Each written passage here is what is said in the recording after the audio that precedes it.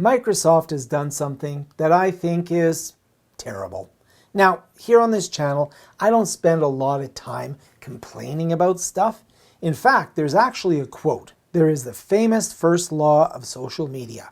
For each and every action, there's an equal and opposite complaint. And I don't like to really live by that quote. I don't want to find fault with everything that I see. But you know what? I couldn't help but talk about this. Because, well, this is something that I think Microsoft has made a really big mistake with. They've decided to discontinue the Microsoft Whiteboard app. Now, you'll still have the web-based version of Microsoft Whiteboard, and it'll still be available in Teams. But the app that you could install on Windows itself is going away. And I think that is a huge mistake.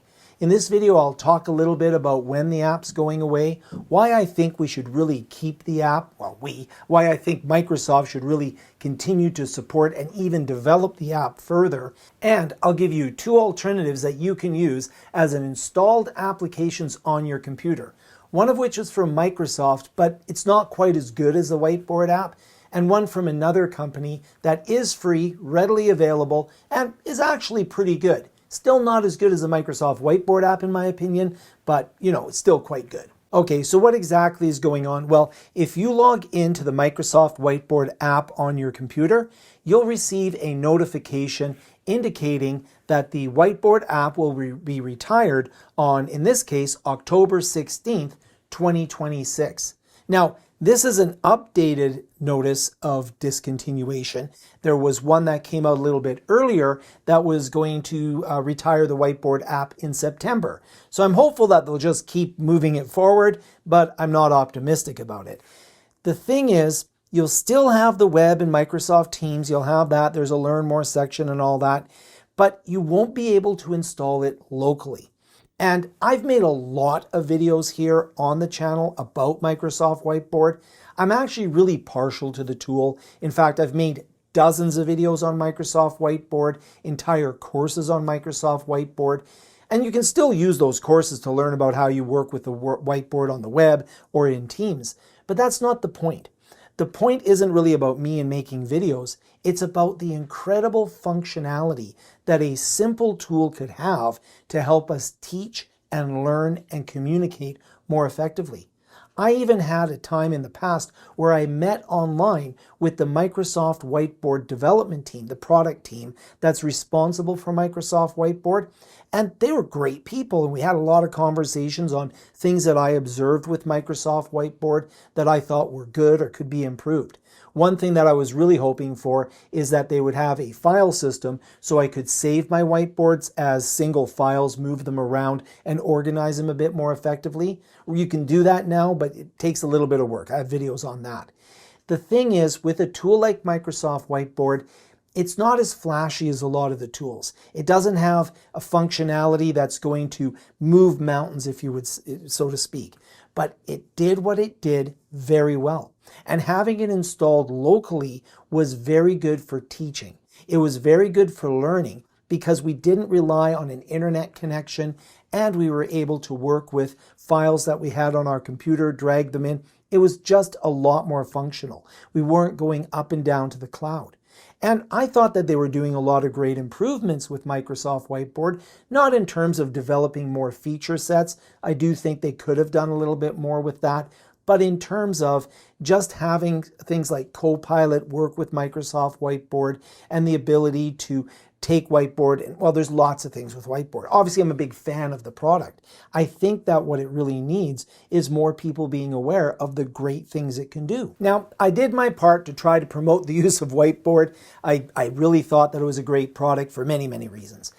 But so what can we do? Now that they're going to get rid of Microsoft Whiteboard, we still want to be able to use this methodology of teaching where we can build up ideas, we can share ideas in a way that allows people to follow along. We can create pre-built idea maps, if you would, or diagrams and walk through them and make annotations. And that really is a whiteboarding function. There are some commercial tools out there. I find that, again, a lot of the tools are cloud-based or subscription-based. They're really trying to get you to $5 a month, $10 a month, whatever the case may be, to use a cloud-based service. So what can we do if we want to have something local? Well, we can first go to some Microsoft products. Microsoft has not done a complete replacement. Years ago, they retired a product called Microsoft Lens, which I really, really liked, but a lot of the functionality of Microsoft Lens was available in Microsoft OneNote. And that's actually our first option here. Microsoft OneNote is a product that has been around since 1983, and it's a very powerful and constantly evolving tool. I've made some videos here on the channel about OneNote, and I'll be making more because the functionality that we're seeing in OneNote continues to improve, and it is something that we might be able to use in some ways like we used to use Microsoft OneNote or Microsoft Whiteboard as a local app. So here I am in OneNote. Some things I like, well, there's a lot I like about OneNote, but that's another video. You can check out my videos. I just did one on OneNote and Copilot. So I've created a new page in this OneNote notebook. I've called the new page Whiteboard. And here's why OneNote can help me. Because in OneNote, I have this draw function. And so I can use an external tablet if I want to in order to use a stylus, or if you have a screen that allows you to draw on it, you can use that. The point is, I can use a stylus, which is a very powerful way of using whiteboard software. I do have some limitations in terms of the tools here. I don't have quite as many tools as Microsoft Whiteboard, but if I go in here, I could go in and I can use a stylus in order to, write something out. I can make changes to the stylus. I can choose things like multiple colors. I can choose how thick I want the stylus to be. So it does give me all sorts of, options in terms of, using this draw function in here. I can also go in, use different types of styluses. Now, this would have been nice to add into the Microsoft Whiteboard app. You get things like, the ability to use a ruler in here, something that we saw in the world of Microsoft Whiteboard as well. So you can see a lot of familiar faces, if you would, or familiar tools in here that we can use with the draw function within our OneNote. The problem that we have, and maybe this problem will be resolved at some point in the future, because there are some great features in here, especially if we consider things like Copilot 365, and if we consider that there are tools in OneNote that weren't available in the Whiteboard. But if we go into the Whiteboard, I might have a library of whiteboards that I've worked with before. If I go in and do a select all, you'll notice that it selects all of the objects here. I can go in and copy all of these objects, or once I've selected them all, I can copy them.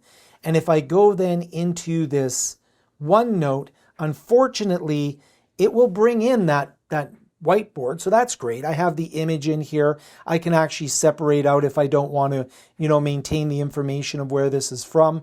You can separate out the image. You can choose the citation, and you can get rid of that just to clean things up a little bit. So you do have the option of at least taking the whiteboards that you created previously and bringing them in.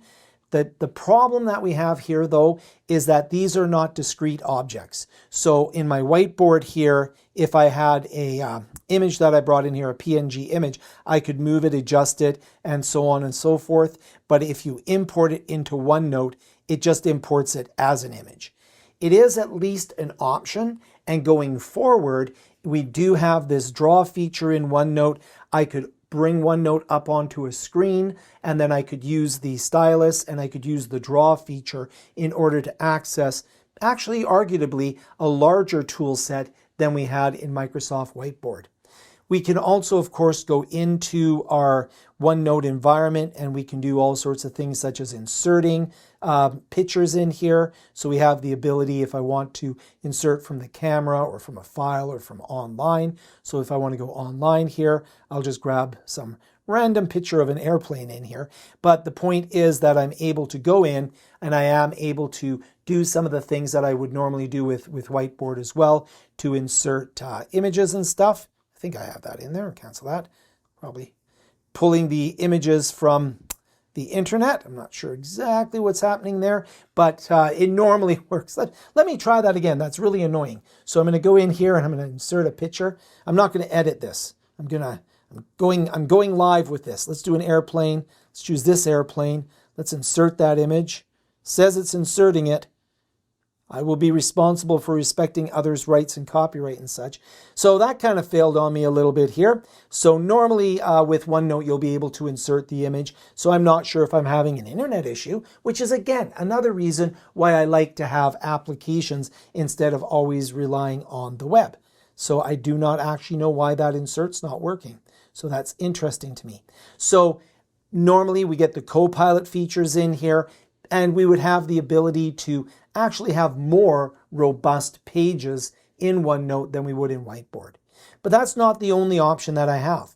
Another option that I have to replace Whiteboard is another complete Whiteboard product. So if I go in here, we have a tool that you can get called OpenBoard. Now, OpenBoard is free. You can download it. And the nice thing about OpenBoard is that you also have the ability to install it on Mac and Linux if you are a Mac or Linux user. So it works on more platforms. But this here is yet another whiteboarding solution that is free, not subscription based, and can be installed local. You again get multiple different styluses in here. So you can go in here and go hello, choose a different color if I'd like, world, and I can go in and it has many features in here that will allow me to work with it, different backgrounds. There is functionality in here that is different than the Microsoft Whiteboard. For example, I'm working in a board environment right here where it's acting as a board. I can also go into a web environment where I can actually go in. This is a German page here. I'll just go to the English page. German's fine too, but I don't read German very well. So if I go in here, that I can go into the OpenBoard here, and that's kind of neat features that it has in terms of I can, add to take an image from a screenshot here, add it to a library of resources, and you'll see here with the OpenBoard, if I go back to the board, you have the ability to maintain audio, pictures, applications, and so on and so forth. So you can see I did this web capture. So that was a great way to bring it in. I can have a nice library, and I can even search that library. So there's a little bit more functionality actually in this OpenBoard product, things that I would have liked to have seen in the Microsoft Whiteboard application. You might say, well, Frank, you found a solution. You should be so happy. I will be making some videos on OpenBoard now and OneNote in order to replace some of the things that I would normally do with Whiteboard. But the challenge that I have with OpenBoard is it doesn't have that Microsoft integration with other applications the way that we had with Microsoft Whiteboard. And we do not have the ability to use Copilot directly in the tool. So there's that AI component missing, but there is a huge amount of functionality in OpenBoard. It is always frustrating when a company retires a product that is so useful, that is so powerful.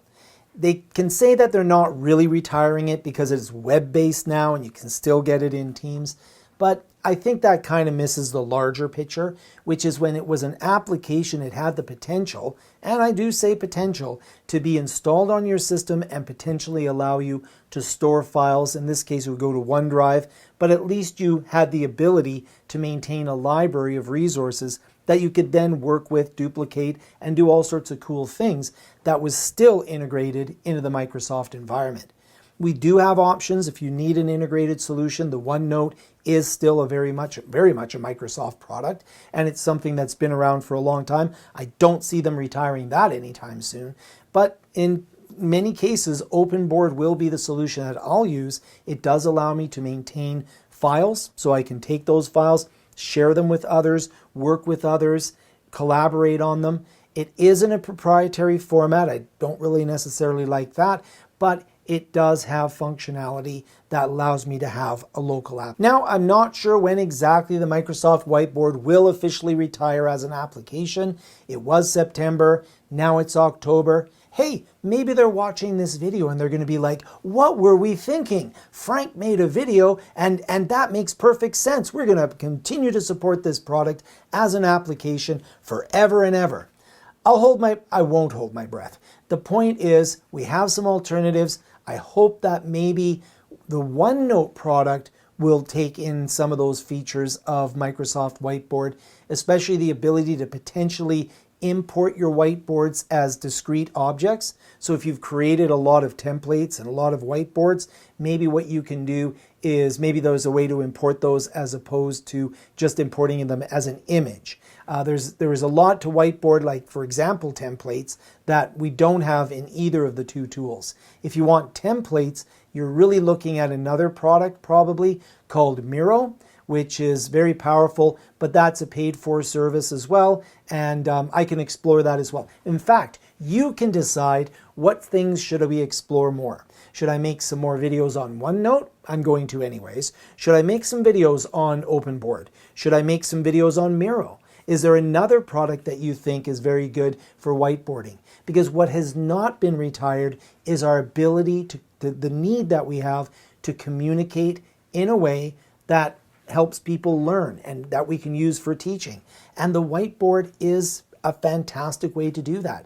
It's been around in one form or another, not Microsoft Whiteboard, but the concept of the blackboard with chalk, or a dry erase board with dry erase markers, or digital whiteboards. These have been around for a long time. They're effective learning, teaching, brainstorming, collaborating, and communicating tools. So I'm not going to stop covering those types of tools here on the channel. We talk about using technology to be productive and with intention. So you can retire that whiteboard all you want, Microsoft.